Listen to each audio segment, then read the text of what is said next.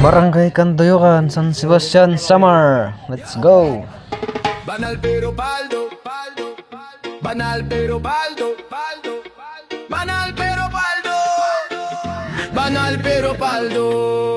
Sabay takala mo'y santo, laging nakangiti. Panay ang simba, rosaryo sa bulsa't labi. Salitang makadiyos, sermon ng bukang bibig. Pero sa bayan may kalakal na di mo masisikmura't masisilip. Parang ay maputi, konsensya ang marumi. Sa pulpito, banal, sa proyekto, ganit. Pag hiningan ng tulong, dasal ang sagot. Pag-usapang pando, agad may porsyento. Sa harap ng altar, taas kamay nagdarasal. Sa likod ng opisina, kontrata ang hinahati-hati sa illegal. Hindi ba nalang gawa kahit may krus sa leeg?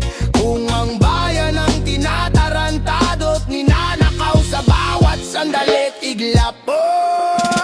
Banal pero paldo, mukhang santo pero lobo.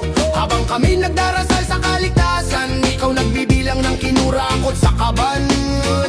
Banal pero paldo, dasal sa bibig, pera sa utak mo. Kung may Diyos kang sinasamba sa entablado, bakit demonyo ang gawain mo sa bayan araw-araw?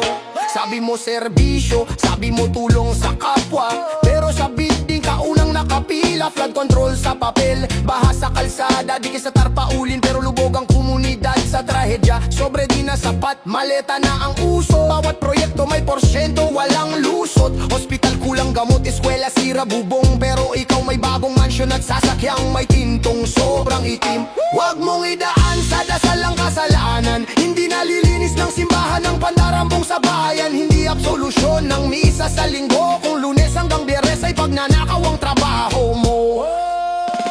Banal pero paldo, imahen mong banal, peke at huwad. Kung tunay ang pananampalataya mo sa Diyos, hindi ka magnanakaw sa pondo ng sambayanan. Banal pero paldo, wag mo kaming lokohin. Mas mabigat pa ang kasalanan mo sa altar, dahil buhay ng tao ang binayaran ng kasinungalingan. Hindi krus ang dala mo kundi presyo, hindi dasal ang usapan kundi porsyento. Habang kami naglilimos ng hustisya, ikaw nagtatago sa likod ng Biblia at kamera.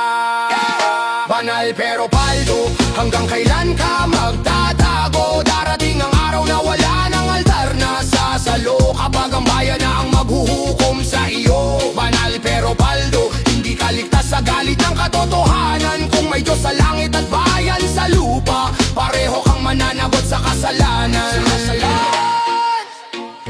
Hindi lahat ng laging nasa simbahan ay banal, at hindi lahat ng nakangiti ay malinis. Banal pero paldo, panahon na para ilantad